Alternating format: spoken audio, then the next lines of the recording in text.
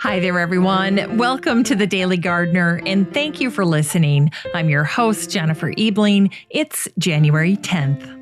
Today, we celebrate the 17th century renegade gardener who wanted medicine through herbs to be accessible to the people.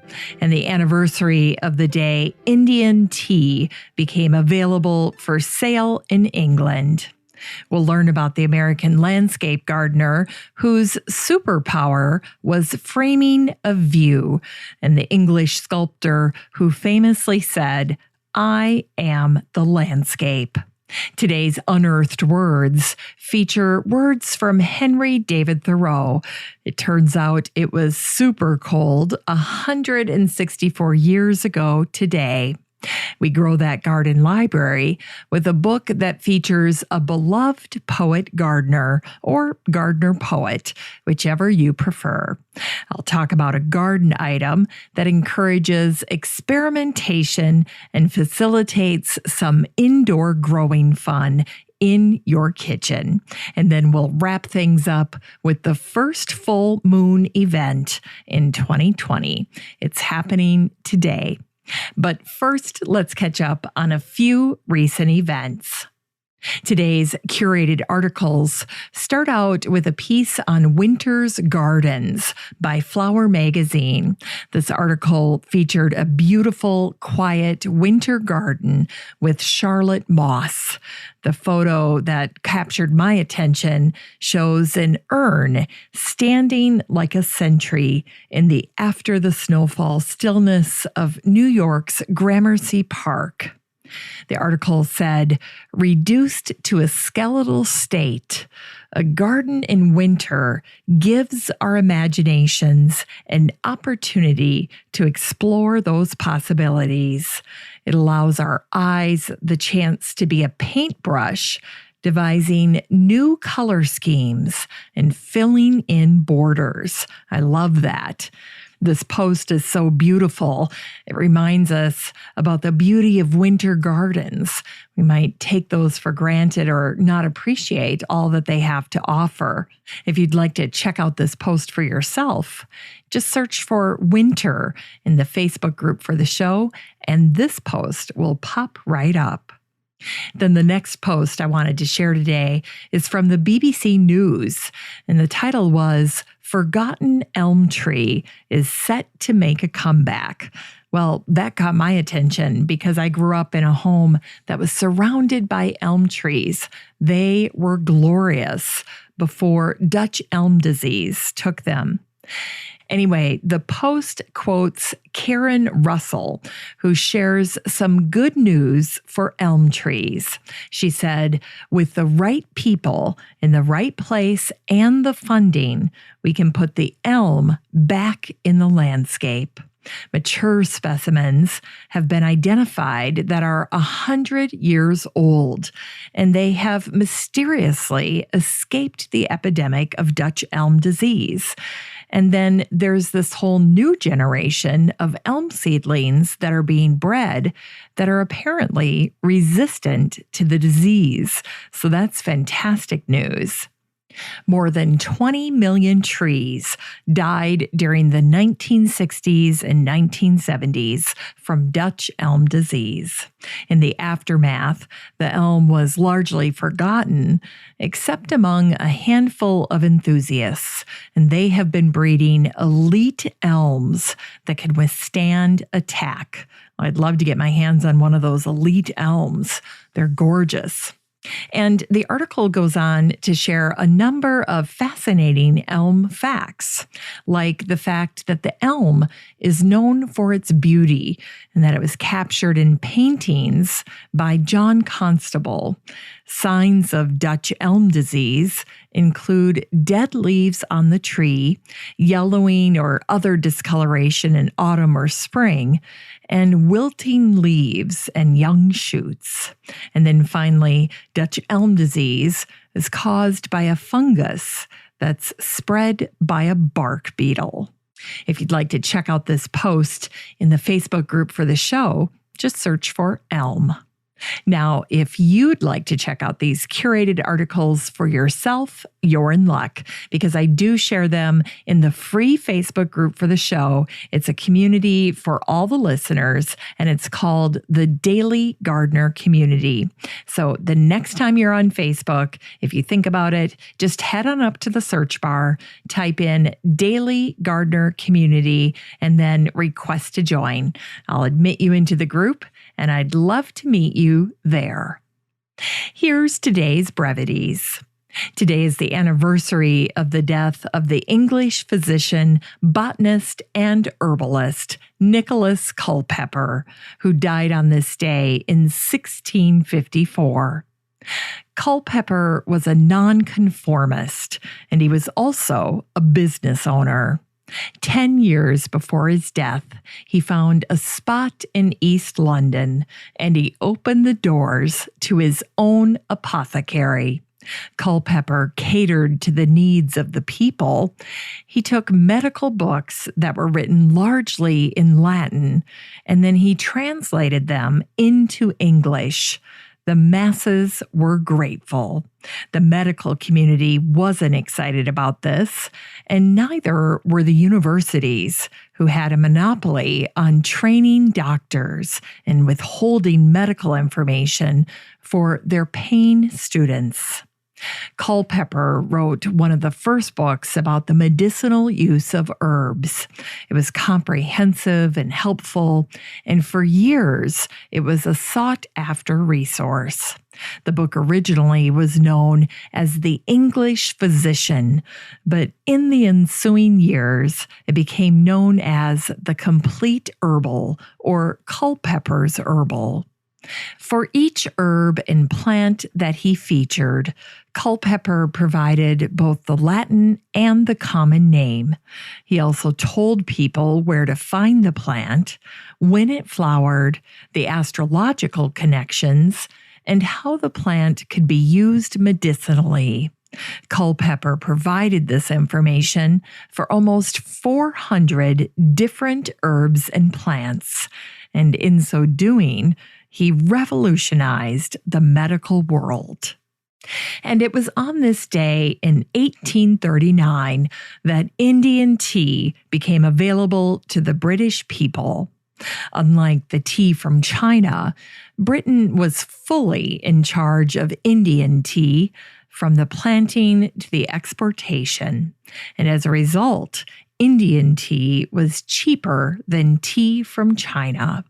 The Brits went wild for it, and they drank tea every day.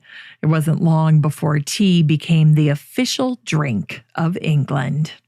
Of course, none of this would have happened without Robert Fortune. Fortune drew the attention of the British East India Company, and they sent him to China. Fortune had a very specific mission: get tea plants and figure out how to make tea for drinking. The English only knew what the final tea product looked like. They had no idea how it was made or what the plants looked like or how they grew. That was all closely held by the Chinese. Fortune traveled to China incognito. He was dressed like a mandarin. He had shaved the front of his head, and he had extensions sewn in to the remaining hair on the back of his head. So he looked like he had this amazing long ponytail. Then he hired guides to do the talking for him. Since there was no national language, Fortune successfully flew under the radar of the emperor. Once in China, he immediately began visiting tea plantations. Fortune learned the methods and ways of harvesting tea plants to make tea. He learned that green tea and black tea come from the same plant. It's just the processing method that makes different teas. And thanks to the Wardian case, Fortune was able to ship live plants to India. All told, Fortune managed to smuggle out 20,000 tea plants to India. He even managed to get some of the Chinese tea farmers with their tools to leave China and to help set up tea production in India. Sarah Rose, one of the authors who's written a biography on Fortune, said that what Fortune accomplished was no less than the most significant single act of corporate espionage in the history of the world. Today, China is still the top tea producer with over 2.4 million tons of production, followed by India at a little less than half, and then Kenya, Sri Lanka, and Vietnam make up the next spots. So tea being grown outside of China is a direct result of Robert Fortune and India as the number 2 tea producer in the world behind China. And that feat was accomplished in less than 2 centuries. And again, it would have never happened without Robert Fortune. And it was on this day in 1839 that the American horticulturist and landscape gardener Henry Winthrop Sargent married Carolyn Olmsted. A little over a year after marrying Carolyn, Henry Winthrop, who was fabulously wealthy, bought a 20-acre estate that overlooked the Hudson River. He christened it Wodeneth, which stands for Woody Promontory. A promontory is a high point of land that juts out into the sea or a large lake, a headland. Henry Winthrop's most considerable influence was his friend Andrew Jackson Downing. One historian wrote, "Had there been no Downing, there would have been no Wodeneth." Downing was a renowned landscape designer, horticulturist, and writer, and his botanic garden was just across the river from Wodeneth. In addition to Downing's guidance, Henry Winthrop had vision and courage, 2 characteristics that are often found in master landscape designers. One of his first actions at Wodeneth was to remove trees and foliage that obstructed scenic vistas. That's a scary proposition for many gardeners. Yet Henry Winthrop was exacting when it came to vistas. This skill in framing a scene was Henry Winthrop's superpower, and he even created windows for his home that were shaped to maximize the view outside. One story about Henry Winthrop's exceptional ability to create views involves his son Winthrop.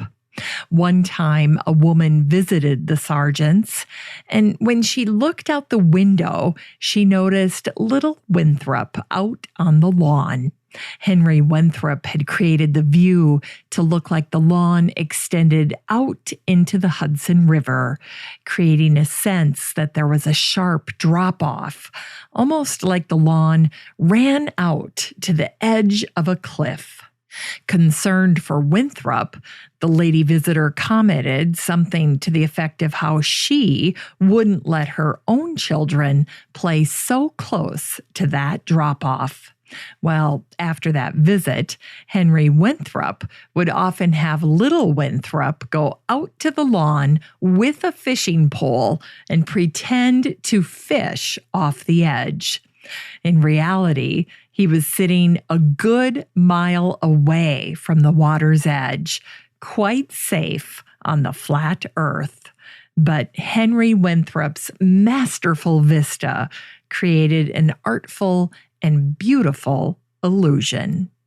And today is the birthday of the British sculptor Dame Barbara Hepworth, who was born on this day in 1903.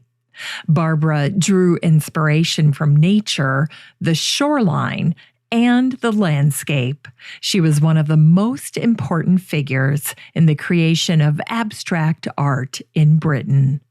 In 1949, Barbara left London and went to St. Ives in Cornwall. For 26 years, she lived and worked at Truan Studios, and she considered finding the studio a sort of magic. Barbara died in an accidental fire at her Truan Studios at the age of 72. She'd been smoking in her bed. You can still see the scorch marks when you visit Truan. A year after her death, her Truan studio became the Barbara Hepworth Museum. Following her wishes, both the museum and the sculpture garden opened to the public in 1976. People who visit the garden are stunned by the beauty, peace, and tranquility. Barbara would be pleased that people often describe Truan as a magical place. It's a wonderful mix of art and nature. To see her working studio is absolutely incredible. It's a very special place. It was Barbara Hepworth who famously said, "I, the sculptor, am the landscape," and in the contemplation of nature, we are perpetually renewed. In unearthed words, today in 1856, Henry David Thoreau wrote this in his diary.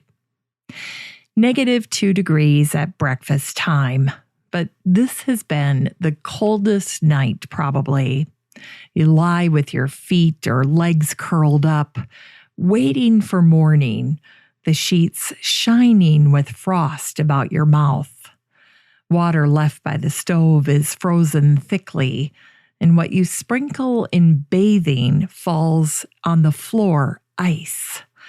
The house plants are all frozen and soon droop and turn black.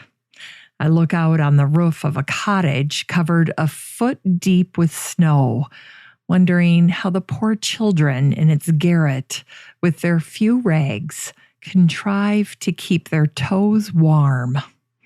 I mark the white smoke from its chimney, whose contracted wreaths are soon dissipated in this stinging air, and think of the size of their wood pile, and I again try to realize how they panted for a breath of cool air those sultry nights last summer. Realize it now if you can. Recall the hum of the mosquito. It's time to grow that garden library with today's book, Emily Dickinson's Gardens by Marta McDowell. Before Marta's latest book on Emily Dickinson, she wrote this book. As Marta points out, Emily Dickinson was a gardener. She grew up in a family of gardeners, and Emily herself would send bouquets to friends. And when she wrote her nearly 1,000 letters to friends and family, she would often slip in little flowers into the envelopes alongside the letter. Many people think of Emily as a poet or writer, but they don't think of her as a gardener. The fact that Marta has written 2 books about Emily Dickinson's gardening passion is a clue to how important the activity was in her life. This first book of Marta's is a sentimental favorite of mine, and I love that the book is arranged by season. In the section on winter, Marta talks about the final years of Emily's life, which were a winter of loss. Her father died, and then her mother. Emily referred to her house as a house of snow, and she wrote, "I wish until I tremble to touch the ones I love before the hills are red, are gray, are white, are born again. If we knew how deep the crocus lay, we never should let her go." You can get a used copy of Emily Dickinson's Gardens by Marta McDowell and support the show using the Amazon link in today's show notes for under $10. And here's today's great gift for gardeners. It's by Back to the Roots Company. It's their Organic Mushroom Farm Grow Kit. This one's for the gourmet oyster mushrooms in 10 days, and it's just $15.99. The company Back to the Roots is on a mission to undo food. In a college class, they learned that mushrooms could grow entirely on spent coffee grounds. And after watching hours of how-to videos and turning their fraternity kitchen into a big science experiment, they eventually gave up their corporate jobs and became full-time mushroom farmers instead. I received my own grow kit over the holidays, and I love it. You can grow delicious gourmet oyster mushrooms right out of the box in just 10 days. And the kit is 100% guaranteed to grow. Everything from Back to the Roots is backed by this promise. If your kit doesn't grow as described, they'll replace it free of charge or provide 100% refund. And I have to say, it's just fun. You just put the box near a window with indirect light, mist it twice a day, and then you'll see these beautiful, delicious oyster mushrooms within a week. So fun. And again, you can get the kit and support the show using the link in today's show notes for just $15.99. A great gift for you or for a garden friend. Finally, here's something sweet to revive the little botanic spark in your heart. Today we celebrate the first full moon of the year. It's also known as the wolf moon. The wolf moon can be seen rising on the horizon, although it reaches peak fullness at 2:21 p.m. Eastern Standard Time. Today's wolf moon will experience a partial lunar eclipse that will last for 4 hours and 5 minutes. The lunar eclipse will only be visible from Europe, Africa, Asia, and Australia, and India will have the best view. January's moon is called the wolf moon, supposedly because wolves are hungry and more vocal in January. They often howl more frequently during the winter months. Thanks for listening to The Daily Gardener, and remember, for a happy, healthy life, garden every day. The Daily Gardener is produced weekdays in lovely Maple Grove, Minnesota. You can find complete show notes over at thedailygardener.org, and be sure to share the show with your garden friends. You can find The Daily Gardener on all your favorite social media, Instagram, Twitter, and Pinterest, and of course, Facebook. While you're over at Facebook, don't forget to join the Daily Gardener community. Just search for these 3 words, Daily Gardener Community. The group will pop right up and then request to join. Finally, I want to thank my team at Podfly Productions, where my fabulous editor is Eric Begay. Have a great weekend in the garden, and we'll see you on Monday.